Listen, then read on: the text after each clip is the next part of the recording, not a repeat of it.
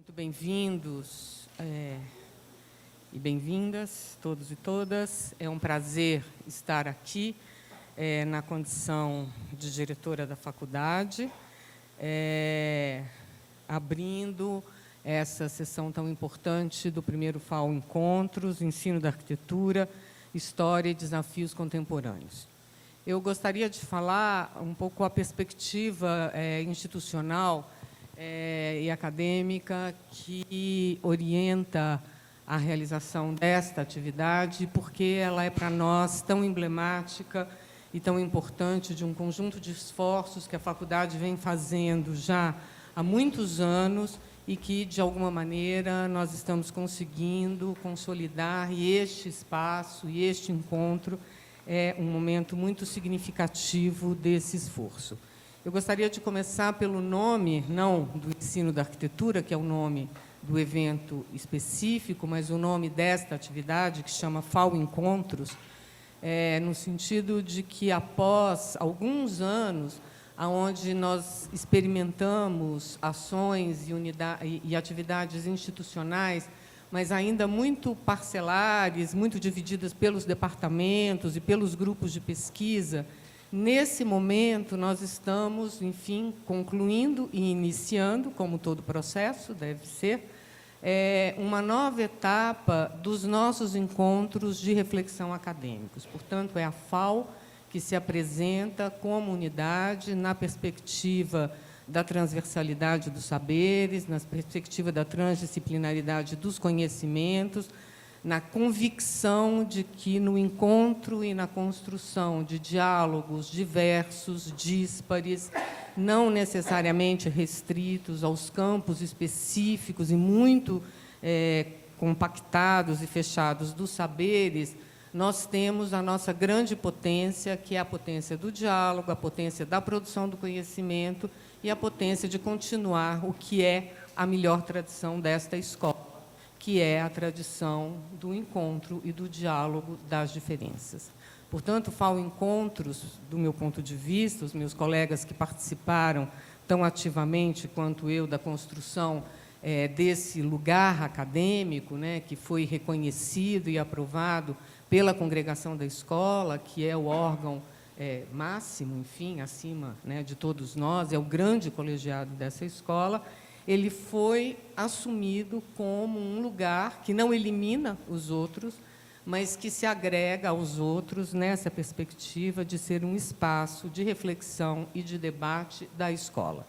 E, para nós, é especialmente importante, para mim, na condição de diretora da escola, é especialmente importante começar esse FAO Encontros com um programa da qualidade do que nós vamos ter a oportunidade de acompanhar na tarde de hoje, que discute exatamente a questão do ensino, porque foi numa reflexão sobre o ensino e sobre os nossos alunos e sobre os arquitetos, urbanistas e designers que devemos formar, que esta iniciativa se colocou como uma potência e como uma possibilidade para a escola. Então, não podia ser, de fato, uma articulação mais expressiva e mais significativa do que foi um esforço de discussão de muitos anos e, portanto, esta atividade, se ela é muito singela por um lado, ela é muito potente, muito significativa por outro. Eu queria agradecer aos organizadores, queria agradecer aos nossos convidados, que se desdobraram a partir de uma outra atividade para estarem aqui, aos meus colegas, os alunos, os professores, aos funcionários, que estão aqui viabilizando e dando, portanto, alma a esse projeto acadêmico.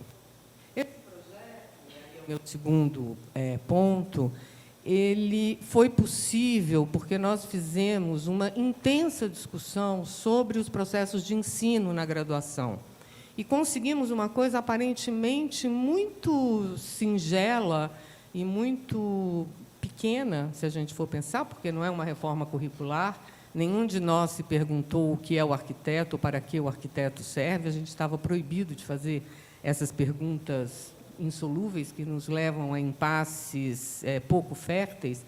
Mas essa longa e profícua e potente discussão, ela resultou num arranjo da grade curricular do curso de Arquitetura e Urbanismo que nos permitiu uma coisa que parecia de todo impossível, que foi a criação de um período livre durante a semana letiva, que nós chamamos de janela, aonde cada um de nós professores, abriu mão de alguma prática, de alguma atividade, de alguma rotina, de algum procedimento, de algum dia da semana, de qualquer coisa, em escalas variadas, todos nós nos colocamos em movimento para nos reorganizarmos e permitirmos a existência desse espaço livre. Livre de aulas, no sentido formal da aula, né? A relação professor-aluno, mas preenchido por atividades como essa, preenchido por atividades de pesquisa, preenchido por atividades de extensão, preenchido por atividades de descanso, enfim, por essa multiplicidade de ações que devem integrar, complementar e dialogar com o ensino mais formal, que é aquele que acontece na sala de aula. Então, este lugar, esse tempo e esse espaço, eles resultam de uma reflexão e de um esforço coletivo da escola que nós devemos lutar e preservar, porque somos todos muito conquistadores nas nossas origens, a gente não pode ver 1 centímetro ou 1 minuto de tempo desocupado que a gente corre atrás para ocupar. Esse espaço tem dono, e o dono desse espaço é exatamente a produção comum e a produção coletiva dessa escola, na convicção de que o conhecimento ultrapassa o espaço formal da sala de aula. Então, esse é o segundo motivo, com um desdobramento da primeira questão que eu coloquei em relação ao FAO Encontros. E, por fim, e não menos importante, esse primeiro FAO Encontros, que vai discutir o ensino com os nossos convidados, ele decorre de uma outra ação, também coletiva e também institucional, que é a Ocupação Rino Leve, parceria da FAO com o Instituto Cultural Itaú. Vocês têm uma pequena amostra da exposição no espaço expositivo da biblioteca. Convido aos que ainda não foram para irem ao Instituto Cultural Itaú, na Avenida Paulista. A exposição está linda. Ela é resultado de um trabalho coletivo de 2 instituições, a FAO e o Itaú Cultural, e de um conjunto enorme de colegas, dentre eles o Renato, a Joana, a Mônica, o Hugo, que estava... Cadê o Hugo? O Hugo e a Tatiana, que está fazendo um pós-doc fora, e muitos alunos, o Alan. Quem mais participou? Tem mais gente aqui? Como se chama? Ela e mais alguém? Enfim, que trabalharam como bolsistas junto aos nossos acervos na biblioteca. Portanto, uma exposição que revela essa potência institucional e coletiva da FAO, que é onde a gente produz o que a gente tem de melhor, uma nova disposição da faculdade, institucionalmente, nem minha nem de ninguém, de alterar os nossos padrões de relacionamento, de diálogo e de extroversão em relação à sociedade, e um novo esforço de articulação entre ensino, pesquisa e extensão. Portanto, eu tenho a impressão que esse evento, academicamente suficiente para ser um grande evento, ele é muito maior, na minha perspectiva, do que ele parece ser, porque ele revela, como eu disse no Itaú segunda-feira, aquilo que a universidade tem de mais potente, que é a capacidade de nós nos encontrarmos, de nós discutirmos, de nós pensarmos e de nós produzirmos pesquisa, ensino e extensão. Portanto, alunos e professores e funcionários colaborativamente fazendo a universidade pública. Eu acho que a gente, nesse momento, portanto, concretiza um processo, sinaliza um futuro e somos o resultado, acho, de uma vitória e de uma conquista enorme que deve nos unir a todos e reforçar as nossas potências no nosso cotidiano. Eu queria, nesse sentido, realmente agradecer aos nossos convidados a disponibilidade de estarem participando desse momento, que é um momento tão importante para nós, e passo a palavra ao Renato, que vai falar um pouquinho, e depois a Joana. Obrigada. Bem, boa tarde. Primeiro, eu queria agradecer a Ana Lana e os colegas aqui da FAO por essa parceria que foi possível fazer junto com o Itaú Cultural na exposição Ocupação Rino Leve. O Rino Leve foi o meu doutorado desenvolvido e defendido nesta casa 25 anos atrás, né? E que me levou para um tempo também de pesquisa na Itália. Quando nós começamos a trabalhar juntos no projeto da ocupação, veio também a proposta da realização de um seminário sobre, não exatamente sobre o Rino Leve apenas, mas que envolvesse uma reflexão sobre a ação deste arquiteto na situação de modernização, entendido de maneira bastante ampla, né, de São Paulo, modernização e metropolização de São Paulo. Então, nós pensamos isso num quadro com alguns núcleos temáticos, né, da própria relação, a modernização da relação arte-técnica, a construção de uma cultura técnica, do desenho industrial, que foi um dos painéis, um outro, a modernização dos modos de morar, né, que estão colocados no âmbito latino-americano e, especificamente, de São Paulo,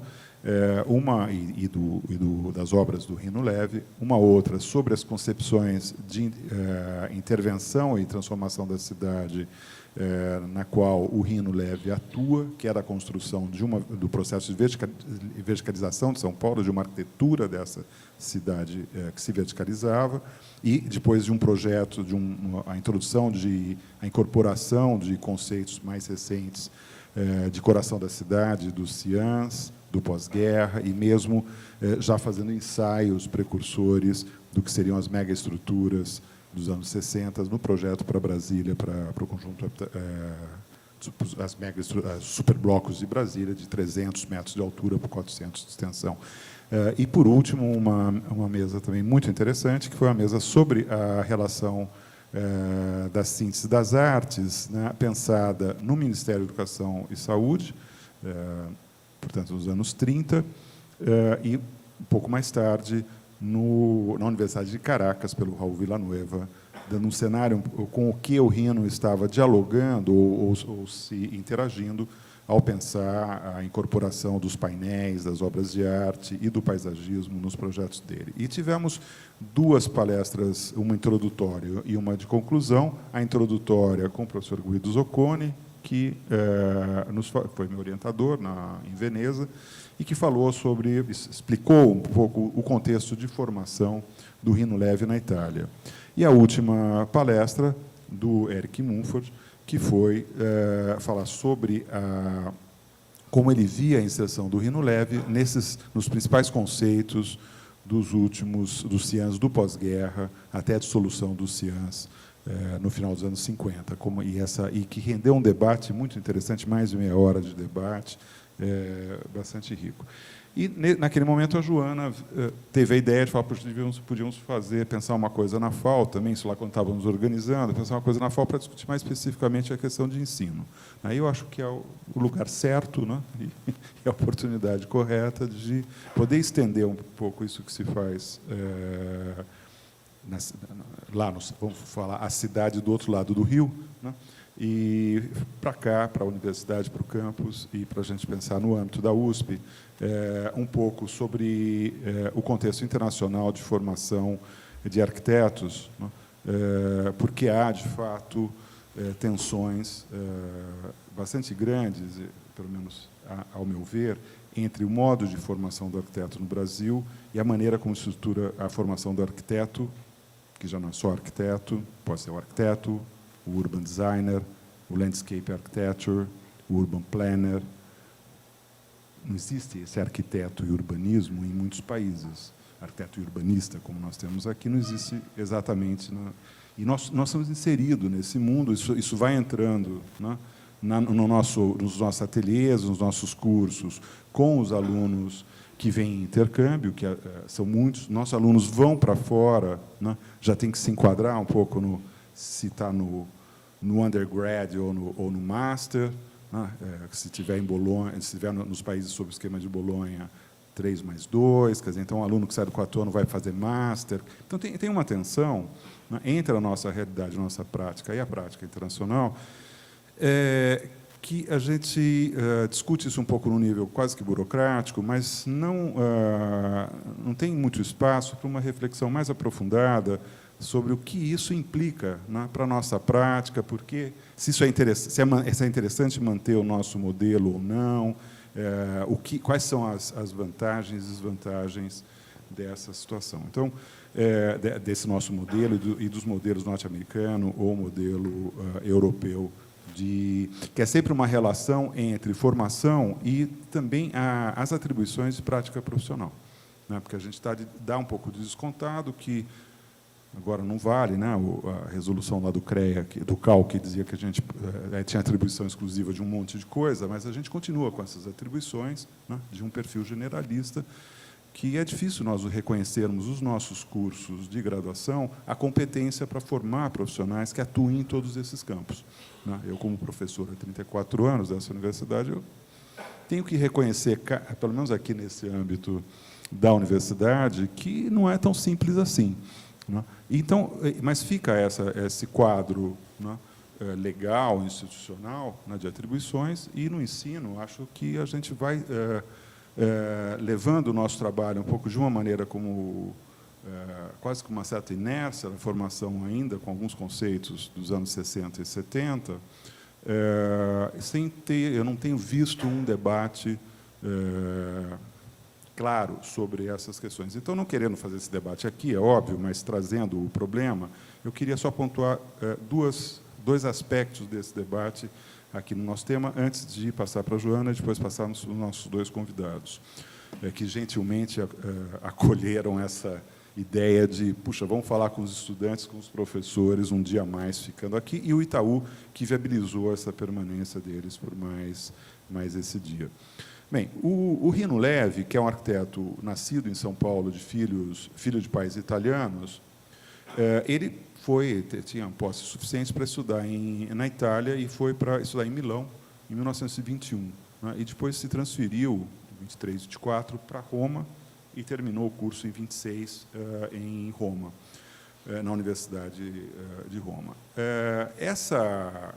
Esse período que ele estuda, né, que é um período, obviamente, da ascensão do fascismo na Itália, isso tem uma dinâmica de uma modernização conservadora do ponto de vista político, mas uma modernização nacional, com certo perfil nacional, se reflete também, né, em transformações no trabalho dos arquitetos e na formação dos arquitetos. Quer dizer, ainda no começo dos anos 20, no final dos anos 10, não existia atribuição profissional de arquiteto, exatamente. Você tinha o professor de desenho arquitetônico, que depois tinha uma possibilidade de atuar, ser autorizado a atuar em projeto e construção, ou o arquiteto civil, que era uma espécie de engenheiro-arquiteto, né, que era uma outra formação, mais nas escolas politécnicas. Mas, se você fizesse as escolas de belas artes, você fazia isso aí, uma atribuição de professor de desenho arquitetônico. O Rino entrou em Milão num curso de arquitetura civil. Era um curso forte de engenharia, com algumas disciplinas de arquitetura, bastante diferente do da Politécnica, é importante dizer, porque tinha a Academia de Belas Artes, de Brera, onde ele fazia as disciplinas artísticas.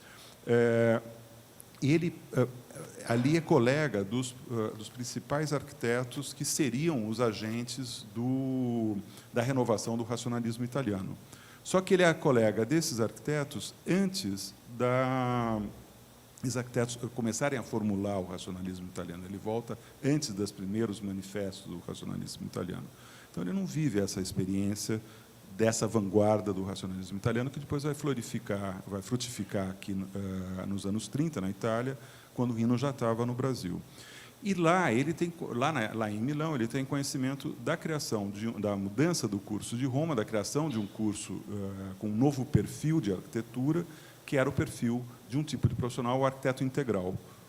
E esse arquiteto integral, um conceito que foi criado por uma figura que hoje quem trabalha com restauro conhece bastante, o Gustavo Giovannoni, mas que tinha uma visão de pensar uma aglutinação, uma integração entre a formação técnica e a formação artística, dando capacidade a esse profissional de agir na modernização das cidades italianas, que tinham um forte contexto de patrimônio histórico, que eles não queriam que destruísse ou que desaparecesse enormemente. Então, a questão urbanística, marcada por esse perfil de uma modernização com conservação, ou conservadora, no sentido mais amplo, há uma grande competência técnica e também um esforço de manter ter um padrão artístico elevado.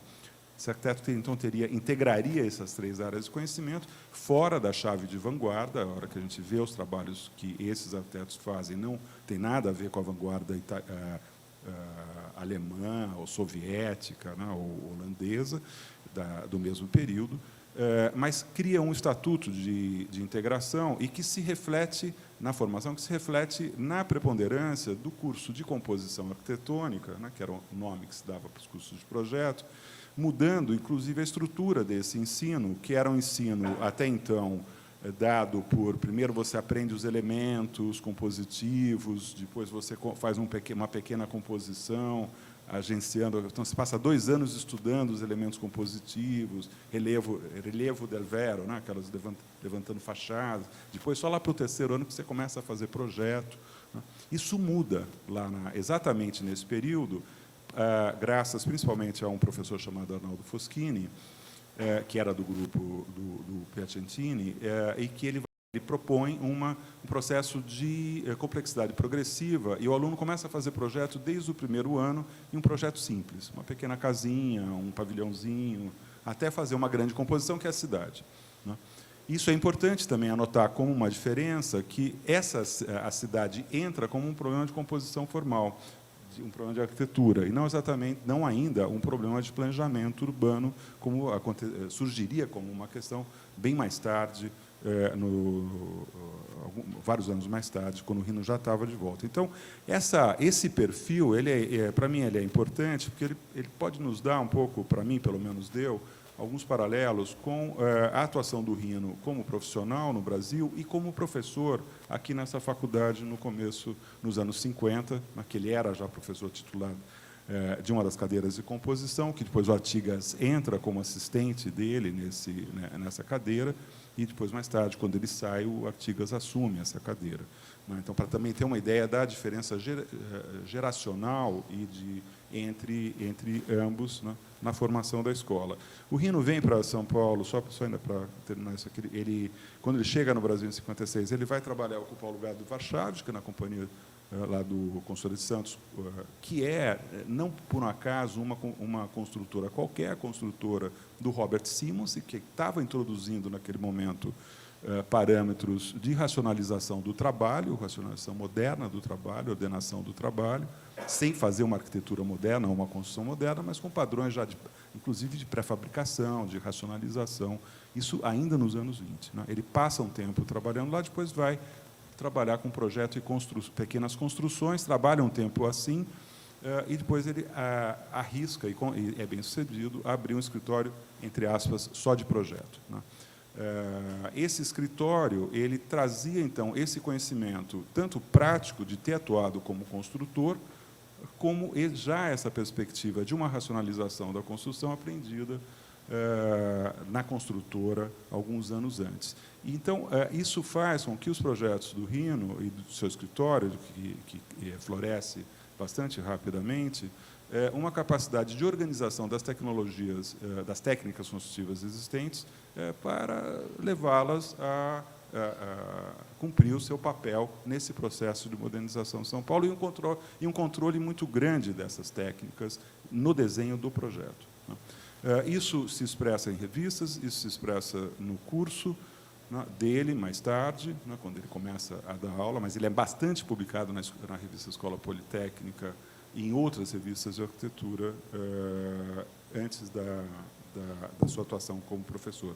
Aqui na FAU, ele participa, no meio dos anos 50, de uma proposta, de elaboração de uma proposta de renovação do ensino de arquitetura, né, com Hélio Duarte, com Artigas e outros professores, onde se pensa uma revalorização, uma ampliação do tempo de dedicação ao ateliê, né, que ainda não é o ateliê integrado, depois que vai ser colocado nos anos 60, mas já é um esboço dessa ideia do ateliê como a ação central, né, da formação do arquiteto, ateliê de projeto, dentro de uma escola. Então, divide-se os horários, tem os tempos do ateliê, é feito... há uma formulação bastante interessante que, em algum outro momento depois, seria até legal ser recuperada. Isso a gente colocou, está na exposição, mas era interessante ser recuperada para se conhecer, se refletir um pouco as origens de certas ideias que circulam, obviamente, na FAU e em outras escolas de arquitetura feitas um pouco ao modelo do que foi a FAU. Um outro aspecto importante dessa atuação dele é a não especialização. Né? Quer dizer, até o Antônio Carlos Santana, no lançamento do nosso livro sobre o Rino Leve, na segunda-feira à noite, a segunda edição, ele fez um depoimento bastante aprofundado e até meio emocionado, né, sobre a defesa do generalista. Né? Então, o Rino ele pensava um arquiteto que ele era contra a especialização na arquitetura, e dizia, inclusive, que o que separa um arquiteto de qualquer especialista são 2 meses de estudo, né? E ele fez acústica, né? Introduziu os cálculos de acústica no projeto de cinemas e salas de acústica, ele aprendeu princípios hospitalares, de gestão hospitalar, para fazer projetos de hospitais, e aí vai várias outras coisas além da biologia. Então, a questão do generalista é a questão que talvez nós deveríamos aqui estar trazendo dessa discussão, né, em que medida que ela ainda é válida defendida pelo Rino lá atrás e no fundo da formação dessa escola, ela ainda é válida e como que ela poderia, e que validade, que tipo de validade que ela teria para os dias de hoje. Né? E nesse aspecto, o diálogo internacional para nós, eu acho, nesse momento, essencial. Porque, se nós ficarmos olhando apenas para a nossa realidade nesse momento, a gente não consegue entender quais são as tensões e quais são as vantagens e desvantagens desse modelo. A experiência de alguns anos em Hamburgo, na Hafen City, a Universidade de Hafen City, vem me dando essa experiência de trabalhar com estudantes em workshops, estudantes dessa formação separada, inclusive estudantes de pós-graduação, e os nossos estudantes de formação generalista. Né? E é curioso esse perfil. Né? Quer dizer, de uma certa maneira, os nossos estudantes conseguem articular mais coisas. Né? Mas, claro, que eles têm uma dificuldade enorme de ir a fundo nessas coisas que eles articulam. Né? Então, isso na formulação de problemas, na formulação de projetos, de propostas, nas análises, essa tensão ela é bastante clara. Há uma tensão interna do nosso caso, indo já também para a conclusão do que eu queria falar, que na medida em que houve essa especialização, essas diferenciações, diferentes carreiras ou especializações a nível internacional, as nossas redes de contatos e de interações internacionais são especializadas, estão em instituições especializadas, enquanto que nós não estamos. Nós trazemos, então, quando nós fazemos os nossos departamentos, os departamentos já são uma divisão, mas estão dentro de uma só faculdade, e nós não formamos um graduando com habilitação de História da Arquitetura, né? Ou só de projeto de arquitetura. Quer dizer, a gente forma um arquiteto, enquanto que fora daqui, essas instituições, muitas vezes, têm combinações diferentes, departamentais, institutos, e formam profissionais com orientação diferente. E a produção de conhecimento desses profissionais e professores, ela já é completamente especializada. Então, quando eu faço um congresso aqui, né, eu tenho um setor especializado no exterior e que aqui conversa dentro de uma instituição que não é especializada, que tem uma expectativa de formação generalista. E aí dá uma confusão. Quer dizer, você tem eu acho que nesse processo nosso, a gente vive há já alguns anos, algumas décadas, né, um processo que eu chamo de centrífugo, ou seja, essas outras áreas de conhecimentos divididas externamente fazem com que a nossa instituição, ainda unificada, vá se explodindo, né, ramificando-se, explodindo. Então, o que seria essencial se fazer hoje, nos dias de hoje, era ter uma força centrípeta que aglutinasse esse conhecimento diferenciado para uma formação que fosse capaz de articular esses conhecimentos diferentes. De qualquer modo, A questão do generalista fica na nossa formação e na nossa atribuição profissional no Brasil, inclusive por uma decisão, uma recomendação da UIA, né, que define para países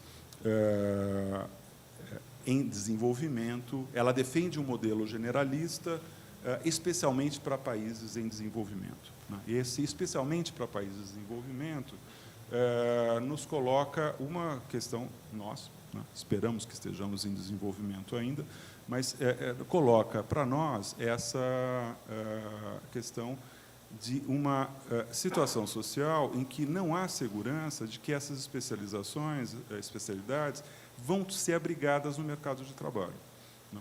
Então, é curioso pensar historicamente dos anos 70 para cá a diferença de prática, de aplicação desse generalista. Quer dizer, na década de 70, quando tem os grandes planos, os grandes escritórios, as grandes firmas de engenharia consultiva e de planejamento, né, o arquiteto, a formação generalista dos arquitetos que coordenam equipes multidisciplinares ou são proprietários dessas firmas, né, ela permite que esse arquiteto tenha um conhecimento de várias áreas de ação e possa ainda estabelecer dar um sentido geral e uma articulação da ação desses conhecimentos. Só que esse modelo de trabalho ele implodiu com a recessão dos anos 80, o fim da ditadura militar, e o que aconteceu?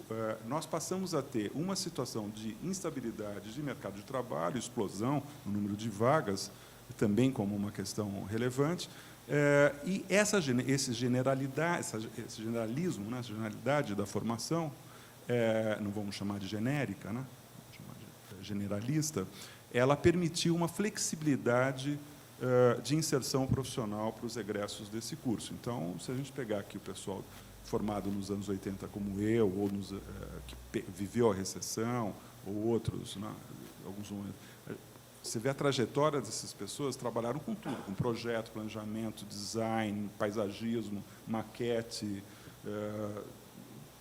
onde tiver um trabalho, onde tiver um emprego. Então, o generalista ele acabou sendo quase uma possibilidade de sobrevivência desse arquiteto, já sem tanta relevância social, importância social, na nossa condição de precariedade. Eu não vou estender mais aqui, mas eu acho que é um assunto que eu gostaria muito de continuar conversando com vocês em outra ocasião. Nós vamos ter aqui dois casos, né, só para antecipando, quer dizer, uma discussão sobre a América Latina, com o Alberto Sato, uma experiência específica dele, e o professor Eric Mumford, que vai falar um pouco sobre como que surge, né, o ensino do Urban Design no Graduate School of Design de Harvard, que é um trabalho recente que ele também produziu, e acho que traz dois exemplos importantes para a gente poder avançar na nossa reflexão. Muito obrigado.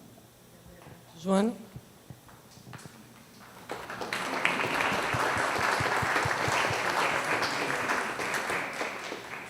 Bom, eu vou falar muito rapidamente, só reforçar alguns aspectos da fala da Ana Lana. A experiência, né, na ocupação Rino Leve foi uma experiência de refletir um pouco sobre isso, que é uma das questões centrais da universidade pública, que é a articulação entre ensino, pesquisa e extensão. Muitas vezes a gente trabalha em duplas, né? Ensino-pesquisa, pesquisa-extensão. O que eu acho que essa experiência trouxe foi justamente trabalhar a circularidade dessa relação entre ensino, pesquisa e extensão. Por isso, do acervo da FAUSP sai grande parte do material que monta a exposição no Itaú Cultural, com o suporte das pesquisas que foram feitas aqui na universidade também. De lá sai um seminário de reflexão sobre Rino Leve e, de uma maneira mais abrangente, sobre a história da arquitetura e do urbanismo, e de lá volta-se para a universidade, então, nesse FAO Encontros, para a gente trazer uma reflexão sobre o ensino. Então, eu acho que isso é um aspecto muito interessante, que devia ser um exercício para nos orientar daqui em diante, ainda mais nesse momento que a universidade pública sofre tantos ataques, né? Temos, sim, muito o que contribuir para a reflexão, não só sobre arquitetura e urbanismo, como sobre o próprio país e a educação de uma maneira geral, né? Além disso, eu acho que eu também quero frisar o interesse, né, e também o compromisso e a riqueza de um trabalho que tem um caráter mais institucional, quer dizer, é a FAO na relação com o Itaú Cultural, e isso foi uma experiência muito interessante, né? A gente tem muito costume de fazer trabalhos como curadores individuais, né? Somos convidados para isso, mas nessa experiência a relação foi institucional, e isso fez uma diferença, né, no trabalho e também na qualidade, no resultado do trabalho, né? E, finalmente, eu queria também chamar a atenção para uma coisa que me parece interessante, estou coordenadora, né, do curso de Arquitetura e Urbanismo nesse momento. E, muitas vezes, o trabalho administrativo é um trabalho maçante e desgastante, e que pode ser levado de uma maneira um pouco reflexiva, né? E, na verdade, a administração da universidade faz parte da reflexão também acadêmica, não deveríamos separar as duas coisas, né?